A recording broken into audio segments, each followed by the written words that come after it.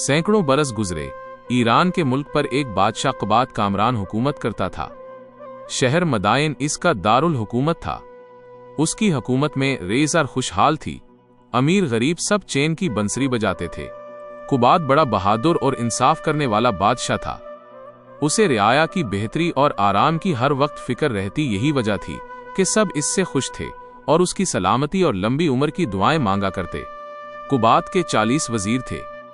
वजीर आज़म यानी सबसे बड़े वजीर का नाम अलकश था। ये बहुत अक्लमंद था और बादशाह हुकूमत के काम इसी के मशवरे से करता था।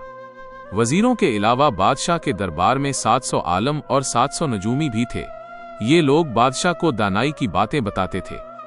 उन्हीं दिनों शहर मदाइन में हजरत दानियाल अलैहिस्सलाम की औलाद में से एक निहायत नेक और सीधा सादा शख्स भी रहता था। इसका नाम ख्वाजा बख्त जमाल था। वो नजूम में इस कदर माहिर था कि लोग दूर दूर से उसके पास अपनी किस्मत का हाल मालूम करने के लिए आते थे। बख्त जमाल जो कुछ बताता वो सब सच निकलता। अगर वो चाहता तो अपने उस हुनर की बदौलत चंद रोज के अंदर अंदर मालदार बन जाता, लेकिन वो लालची न था। कभी किसी से कुछ न मांगता। हाँ, जो कोई उसे अपनी मर्जी से कुछ दे देता वो शुक्रिया के साथ ले लेता। आहिस्ता आहिस्ता ख्वाजा बख्त जमाल के इल्म की शोहरत वजीरुल कश के कानों तक भी पहुंची और उसके दिल में बख्त जमाल से मिलने की आरजू करवटें लेने लगी।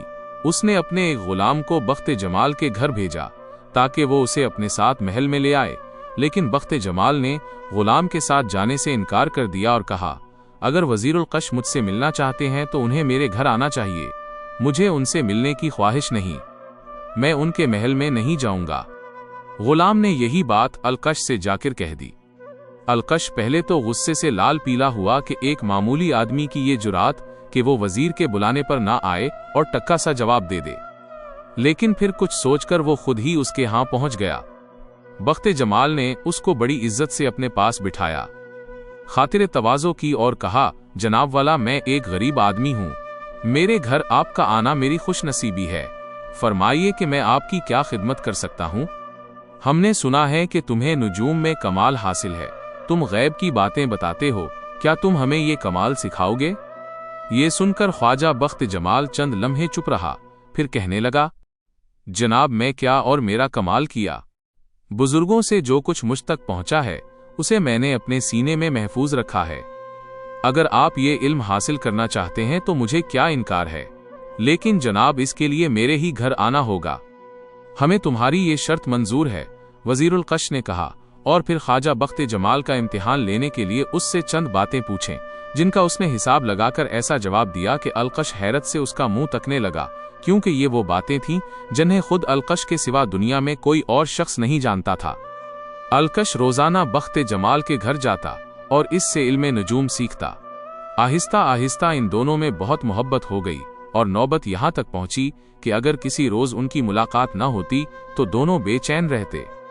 बख्त जमाल ने अपने दोस्त वजीरुल कश को बड़ी मेहनत से नजूम की तालीम दी और अलकश सब कुछ बहुत जल्द सीख गया। अब वो भी दूसरों की किस्मत का हाल बताया करता और उसकी बताई हुई बातें सच्ची निकलती। एक रोज अलकश ने अपने दोस्त बख्त जमाल की तकदीर का हिसाब लगाया तो उसे मालूम हुआ कि आने वाले 40 दिन बख्त जमाल के लिए सख्त मनहूस हैं। अगर वो उन 40 दिनों में घर से बाहर निकला तो उसकी जान को खतरा है। ये देखकर वो सख्त परेशान हुआ। वो जानता था कि उसके हिसाब में गलती नहीं हो सकती।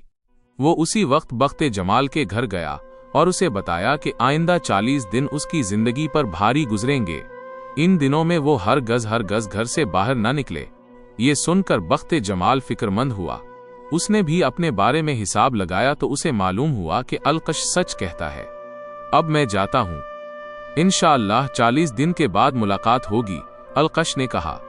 बहुत बेहतर, जो खुदा की मर्जी, बख्त जमाल ने जवाब दिया।